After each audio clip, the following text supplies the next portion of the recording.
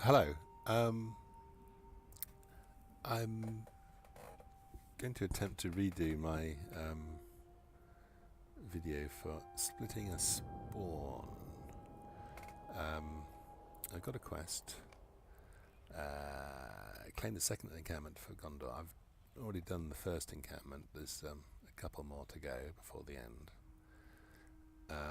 But these camps, this isn't the most difficult one, but it's one where there are potentially linking mobs between the camps. So if you attack one camp, a linking mob comes down. Again, that linking mob another linking mob can link between the top two camps as well. But I got to get my metal base, and I have several. So I've got an archer, a warrior, defiler. So with defiler and archer are my main concerns because they're ranged attack. The warrior and the captain have to get to me. However, there is another captain that can come down the hill and join. I'm probably powerful enough to deal with them all. I'll get the archer down first, the caster second. I'm 115 and pretty decent gear. But I'm going to do the splitting of the spawn. Basically, kill some stuff, get out of the fight, kill the rest is the plan. And that requires Li. This is my healing club. So the cooldown of Still as Death and the Song of Distraction are fairly key to this technique. I've got my main damaging Li equipped, maxed out for tactical damage, though it loses something to the DPS classes. So it's pretty much lots of extra damage. I do have the target resist there. I'm thinking others will go for some will or vitality, maybe, I don't know. And again, I'm maxed out, but not on heal rating. I do the odd heal, while I'm damaging stuff, so maybe I should work on that. Oh, maybe I have done. Yeah, I have actually maxed out the tactical heal rating on it. It's been a while since I've even bothered to look. And the healing club has maxed out tactical damage.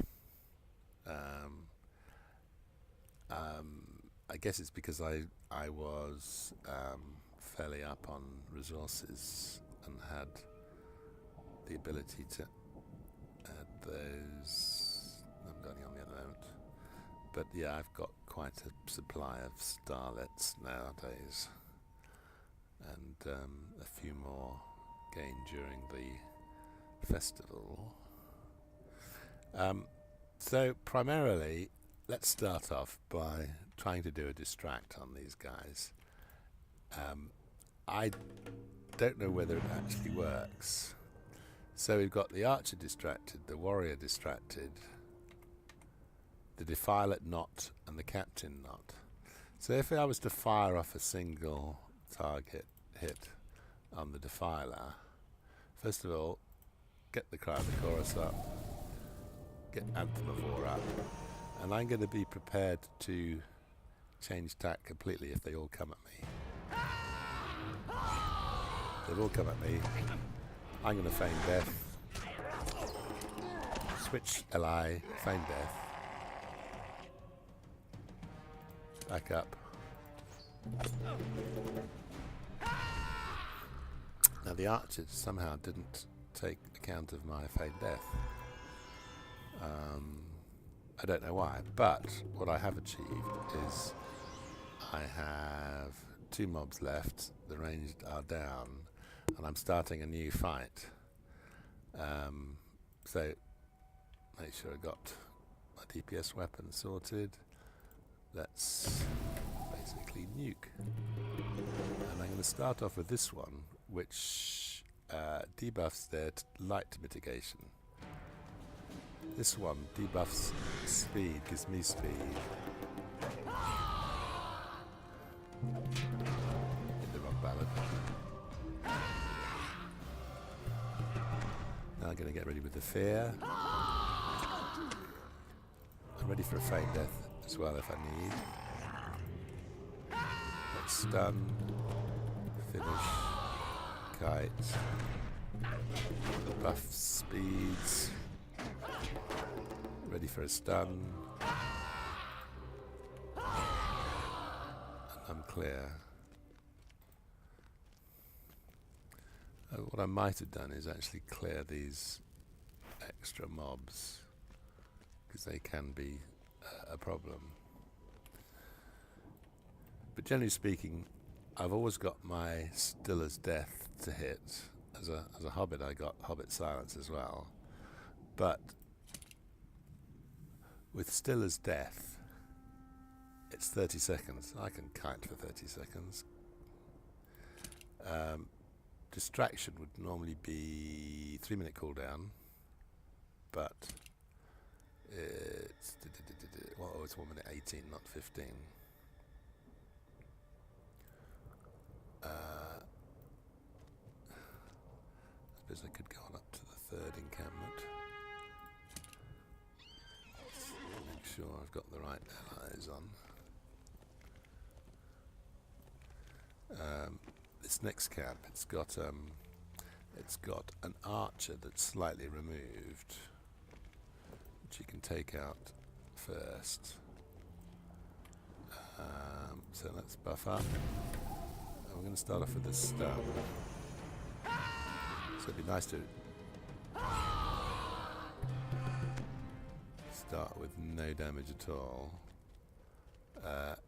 Let's see if a distraction works. Captain is, Defiler isn't, Warrior is. I don't think, unfortunately, distraction doesn't work for these particular types of groups on these encampments where you need these metal bases. We also have up here a captain who will attempt to come into combat. Usually he gets caught up with anti-exploit mode and gets stuck there, so he doesn't appear on the scene. But I have got,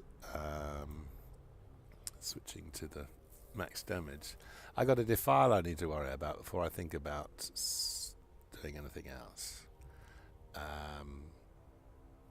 So I'm going to nuke him and then think about feigning death if necessary. Let's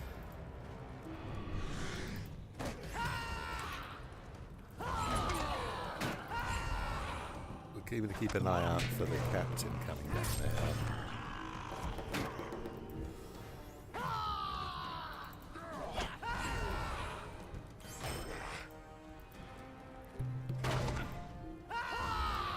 I feared him just because I can.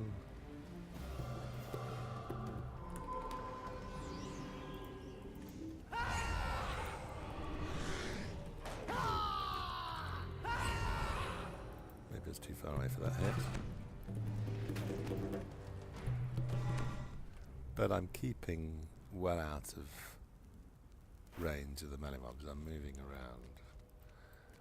So the final camp, I've got rid of the path between, so I should have just 4 mobs up here. What I shall demonstrate here is how to pull off one mob at a time. I want to get this mob, so what I'm going to do, I'm going to switch to my healing club and immediately do a fear followed by a feign death, and you'll see what happens to the other mobs. The other mobs just they start to come at me and then they stop. So I fear death, switch to main weapon, and hit the archer. I'll bring him back so I can nuke.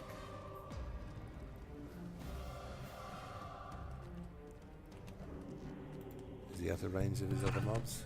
Yeah, I can nuke him now. Let's refresh the buff. So I could do the same technique again. When you're switching your allies, if you've used a skill and that ally affects the cooldown, delay changing to your other ally, or that cooldown might not be affected by the relevant ally, and it might take the cooldown from the other ally. Anyway, fear.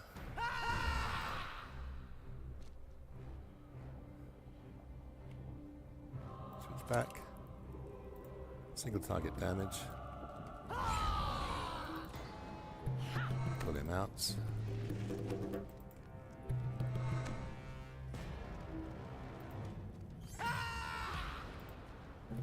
Let's buff up and now let's nuke the captains.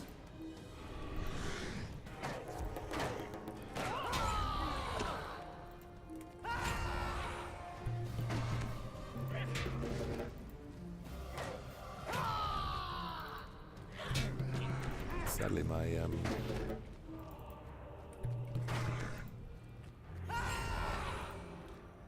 stun from my piercing cry wasn't affecting them so well. But anyway, that's the daily done for this area. Controlling how much you have to fight at any one time, so making sure you're aware of linking mobs and mobs in the vicinities that you're not going to affect with your AE and bring into the fight and embarrass yourself. And that horrible alert. And clear away from the end spawn because there'll be respawns pretty quick on these camps. Sadly not many people doing dailies around here. They're all doing dailies up in the northern Mirkwood. So to an extent, if you're behind the flow, coming to it late, there'll be less chances of help or finding a clear route through all the bases to the final mound. So you might struggle to find groups. Other people got through the area just by the fact that there were more people about doing it at the same time and help clearing for you. When you come to it late and there aren't the people about for help, can be a struggle. Hopefully there's enough techniques that a Minstrel has for deciding exactly how much you want to fight at any one time. So key is fear, the feigned death or Stiller's death, the fear, getting the cooldowns right because you've got the right allies, that you have invested in your allies, you've chosen the right legacies, you've maxed them all out. I happen to have reasonable the new relics, what you can get from landscape as opposed to doing instances and raids, of course. I could do an upgrade on my club's Rare Vanguard Rune of Enchantment.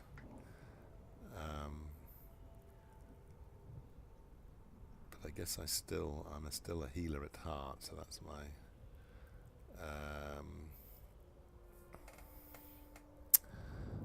again, I've got incomparable runes for one of the damage and one of the healing, so 2 upgrades I could go for.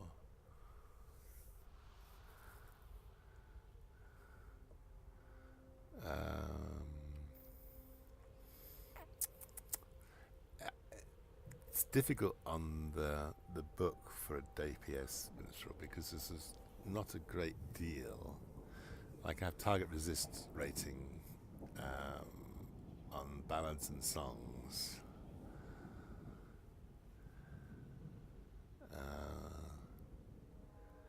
But there isn't really enough to offer me anything good at the moment.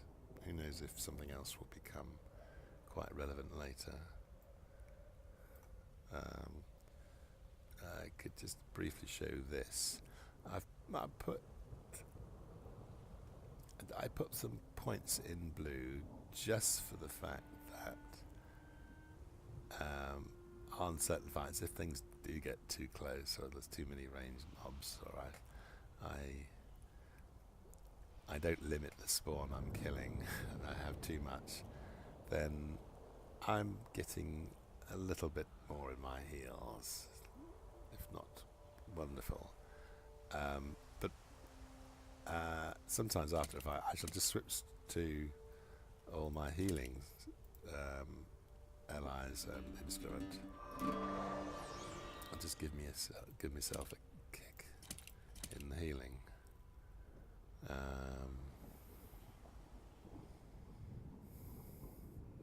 Because you are a little bit weak defensively, you counter that by not being in a place, putting yourself in a place to be hit, and that's key to the minstrel, key to any class really. Limiting the ability of mobs to hurt you, and one of the easiest ones is to move, not be there to be hit. Too many people have gone through the game just going toe to toe with stuff, and they arrive in Mordor and they're dying. Yeah, where to put this extra point? I'd probably want to... No, I don't really want to do that.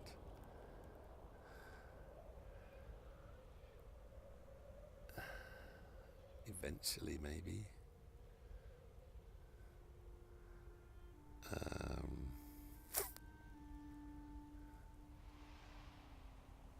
See, there are so many traits associated with doing echoes of battle damage.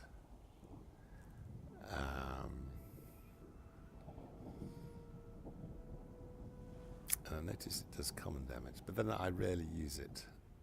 It is very little damage. You know, I can put it on a dying mob and run off, and it still seems ages before it dies.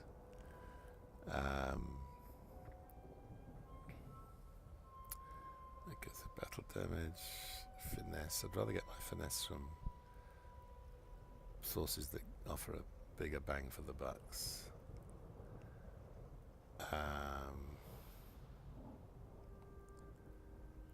See, I don't play this to use Coda.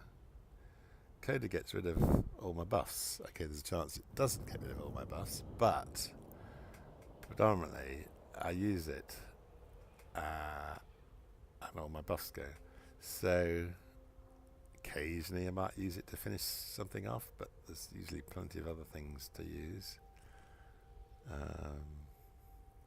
But I'm all for being prepared and ready with, you know, Anthem of War running and buffed up, ready to go. So I don't know where I'd put a single point.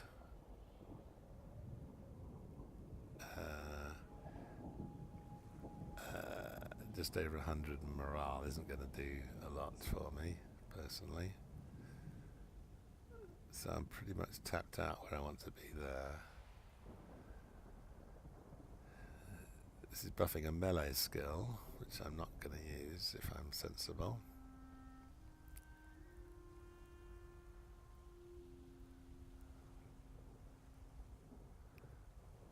So there's limited stuff I can go for, sadly. That's probably one of the things about the minstrel, is you get to the point where getting more trait points doesn't get you a gateway into a particular hybrid that's strong. Other classes have got that in their future. I don't think we have, certainly here.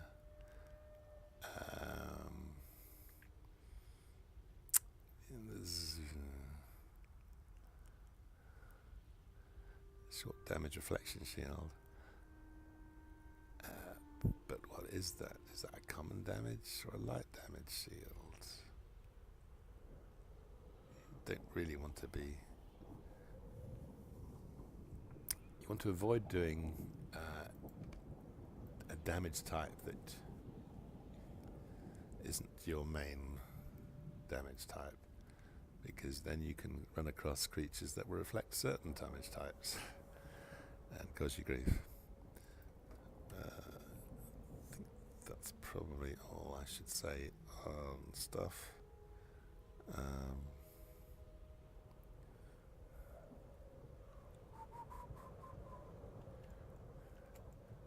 Maybe just show you what choices I've made.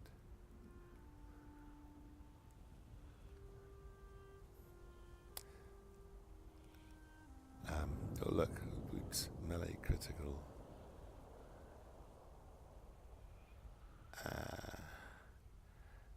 We have one melee. We have one melee skill. What is the point of having 30%, 34% melee skills critical magnitude? I ask you, whoever chose that as the cream of the legacy doesn't play a minstrel. Critical magnitude of ballads. That's quite nice, especially if you're buffing the damage anyway on certain ones. I've only gone for one of these in allies, and it's the middle one, minor ballad.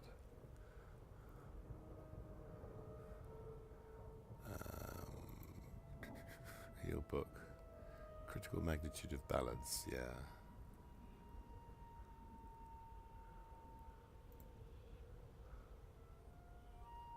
I do have a non-imbued book,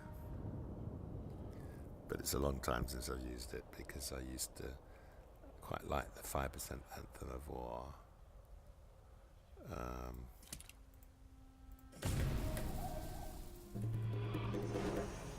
Does that give me max 24,476?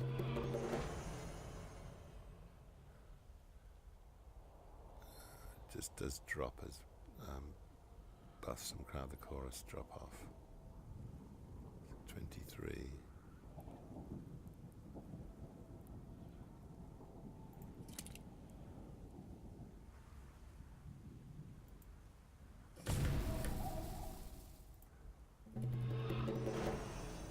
And that's 35 at the top, and now with imbued ally buffs dropping down to 33, so that's kind of lost its utility now.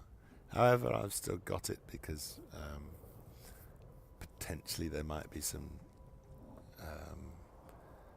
changes coming up ahead, and I will, possibly imbue it and have it as a swappy for some reason. It's not really worth destroying an ally that has some investment into it when the devs could change something and be an easier route to invest in imbuing and maxing that as opposed to something else, or at least retaining an original ally for when things change back the other way. Anyway, I hope that's instructive. Goodbye for now.